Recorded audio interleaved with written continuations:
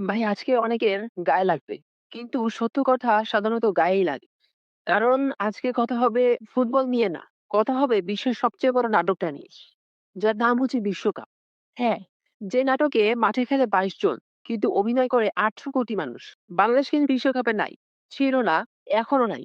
কিন্তু বিশ্বকাপ শুরু হলেই যেন মনে হয় দেশের প্রতিটা মানুষ এই ফিফা এর বোর্ড মেম্বার। যে ছেলেটা সারা বছর একটা লিগ ম্যাচও দেখে না, সে হঠাৎ ফুটবল পণ্ডিত। ২ টা ইউটিউব শর্টস থেকে এমন বিশ্লেষণ দেয় যেন গার্ডিওলা তার কাছ থেকে কোচিং নেয়।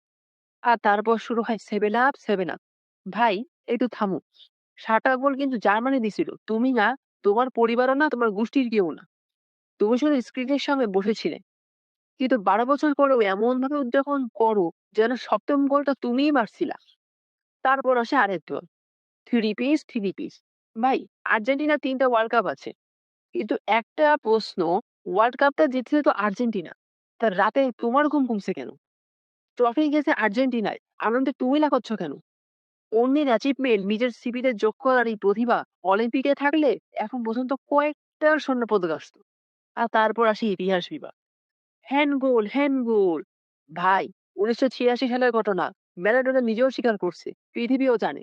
ইতিহাসটাও জানে। কিন্তু তুমি এখনো প্রতিদিন মনে করায় দাও। এমনভাবে বলো যেন গতকাল তোমার সামনেই হয়েছে।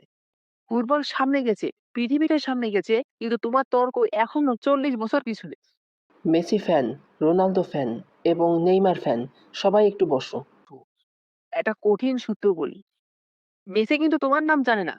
রোনালদোও তোমার নাম জানে না। নেইমারও তোমার নাম জানে না। তোমার অস্তিত্ব সম্পর্কেও তারা জানে না। কিন্তু তুমি তাদের নিয়ে এমন যুদ্ধ করো যেন ৩ জন তোমার জমি দখল করতে আসছে। সবচেয়ে মজার দৃশ্য কখন জানো? ম্যাচ শেষে। এই প্লেয়াররা কিন্তু ঠিকই হাত মেলায়, হাসে, জার্সি বদলায়, ছবি তোলে, সম্মান দেখায়। আর কমেন্ট সেকশন, সেখানে তখনও যুদ্ধ। মনে হয় জাতি সংঘটাই ভেঙে গেছে। বিশ্বকাপের সময় আরেকটা অদ্ভুত জিনিস হয়। মানুষ হঠাৎ অন্য দেশে নাগরিক হয়ে যায়।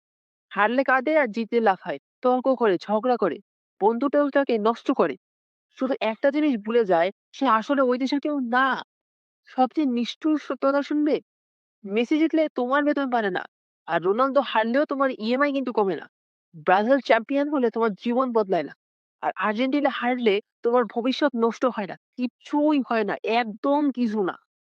তাই আবার বলছি, এই বিশ্বকাপ পৃথিবীর সবচেয়ে বড় খেলা কিনা জানি না, কিন্তু পৃথিবীর সবচেয়ে বড় নাটক নিশ্চিত একেবারে। কারণ মাঠের খেলোয়াড়রা ৯০ মিনিট খেলে আর এই দর্শকরা ঠিক ৪ বছর ধরে খেলে।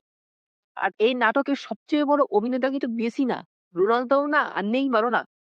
সবচেয়ে বড় অভিনেতা হলো সেই মানুষটা যে অন্য দেশের জয়কে নিজের অর্জন আর অন্য দেশের হারকে নিজের প্রতিশোধ মনে করে। মানে কথা হচ্ছে বিশ্বকাপটা শেষ হয় মাঠে আর নাটকটা শুরু হয় ঠিকই ওই কমেন্ট সেকশনে।